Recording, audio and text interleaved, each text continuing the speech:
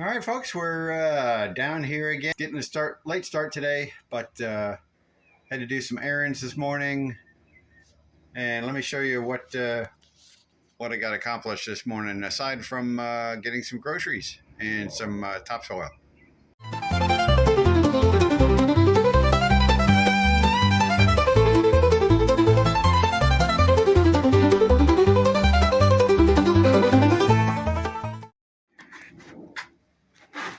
So these are the brackets that go on the sides of the chimney foundation over here.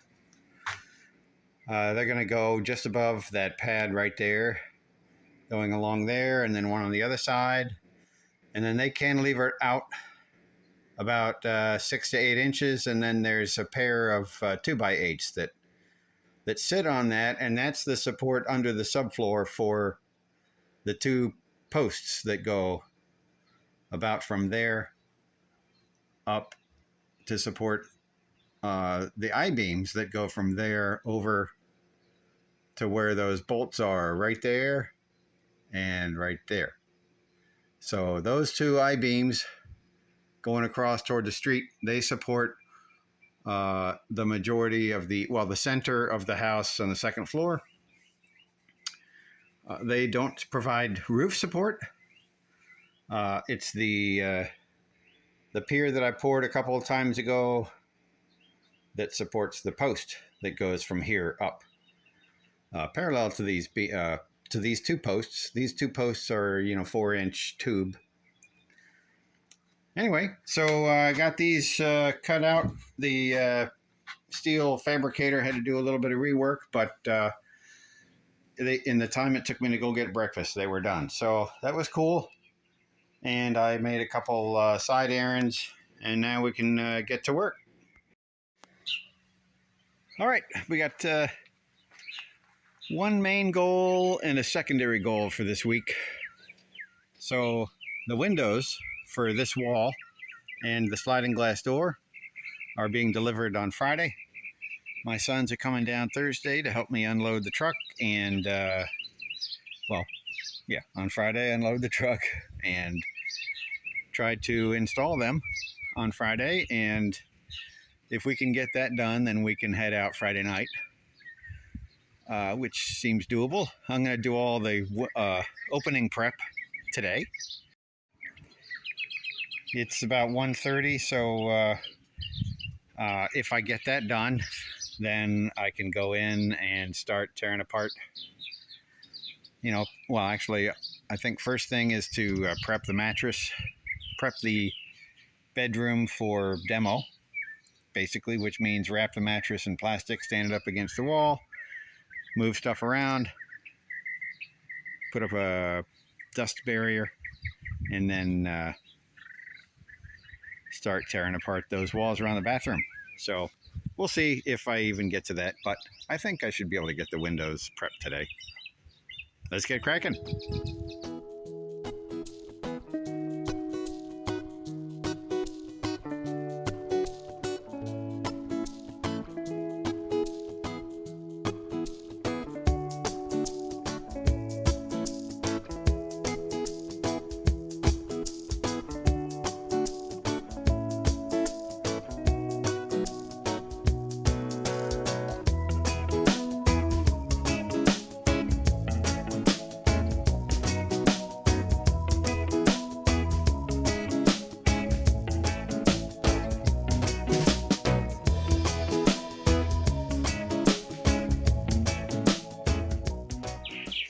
All right, so I had started to put up the final house wrap here, starting at the bottom, stapling along the bottom, and then pulling it tight up top. And then realized I hadn't finished framing around the opening for the sliding glass door. So in terms of the concept of adding exterior insulation, this is called an outie, where you're building up a ridge blocking to attach the actual window, or in this case a sliding glass door, to. So it sticks out This is supposed to be 2 3/4 inches. It's actually like a little over, like around 2 7/8. But the point is that you're adding your 2 inch insulation, and then you've got room for a 3/4 inch furring strip, which lays on top of the insulation at each stud, and that's what you're attaching the siding to. So the siding fasteners don't necessarily go all the way through the furring strip, through the insulation, and into the sheathing or into the studs. You're screwing very securely the furring strip through the rigid insulation, and of course it's rigid, so it doesn't compress very well at all. And that, even if it's hardy plank, which is heavy, the load of all of those planks hanging on the furring strip isn't really all that much, because it's only bearing 16 inches wide of siding, right? Each furring strip is every 16 inches, so each strip is only bearing the height of the wall and 16 inches wide of siding. So with a screw through the furring strip every foot or 16 inches, that's plenty of strength to hold up the siding. So because I'm not that great at making things vertical and level, I had to shim this piece on top of this piece. This is a 2x8, as you can see over there. And then I built out to my thickness here. I also had to do it on the bottom. This is actually effective 2x material, or a 2x4. And then I built it out with a 3/4 inch, ½ inch. This is ½ inch pressure treated, and then this is pressure treated. And the reason I needed to do this first before I do the house wrap is because I want to wrap the house wrap around here onto the subfloor and a little bit. And of course I'll tape that before I put the door in. And we'll also put some flashing on there, drip flashing, that will hang down. Yeah, so that goes all the way around. And now the wall actually is the plywood here.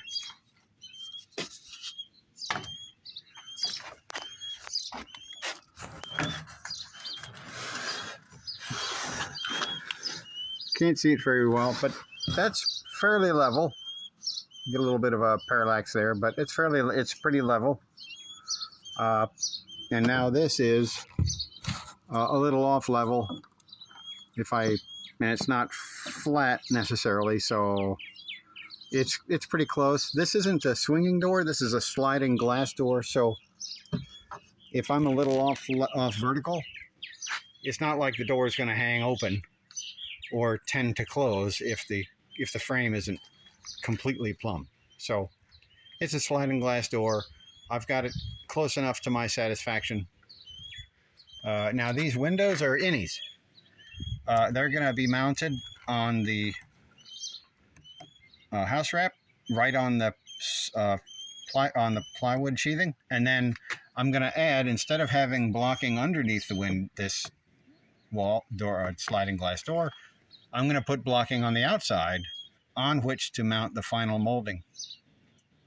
So the blocking on the outside is just going to be the 1 inch thick 4/4 PVC plastic. So that's going to go around all the windows. But in this case, I wanted the door wall to be an outie. Why, I don't remember, but it's not a big deal. It's common practice to do either. So I'm not doing anything particularly wacky by doing this. This is very common. Anyway, when you're doing exterior insulation, of course. So that's where I'm at. Now I'm going to finish up doing this house wrap. Also got to cut these chunks out. These are the only, tabs like this is what's holding the plywood in the window there. I just kept that in there for security purposes. But it's easy to cut out with a oscillating cutter. See you.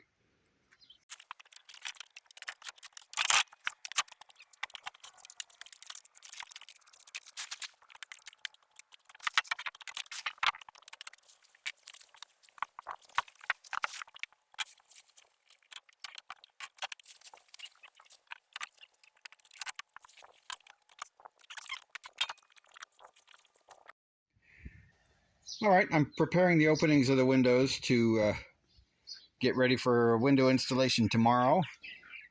So I'm done with the sliding glass door entry and the right side window here. Basically, the procedure for the sliding glass door is that this is flat, and but the windows we want to slope toward the outside. So I've got this extra piece of cedar siding that I've ripped down to 3 inches, and assuming the bottom of the window opening is flat, so we put that sucker in and we line it up with the outside of the sheathing, and then this bit of house wrap is going to fold over this, and then I'll use tape, window trim tape, to tape this down, and then I'm using the zip system stretch tape, like here, to go around the inside of the bottom corners. This stuff is super expensive, so I'm only using a foot of tape on the bottom corners of each door and window, and then I'm using other flashing tape on the rest of the frame. And then the top we don't do until after the window's in. We just fold that piece down, trim it so that it overlaps the flange, and then tape to the top of the window, and then tape across those diagonals there. And then this part here only goes inside the house about 1 inch, because I'll be taping around here as well before the window goes in. So yeah, that's kind of how I'm putting the windows in. I think I'm doing a little more than normal people would do in terms of, the bottom flashing is always put in, but I don't see a lot of people putting in flashing tape on the sides before the window goes in. Typically they'll put the window in over the house wrap, and then they'll tape over the flange, which of course should be fine, but I'm taping under the flange as well, especially to unite with the bottom corner here, so that if water for some reason gets behind the flange, it'll just drip down there and then slide off. In the case of the windows, it'll slide off that way.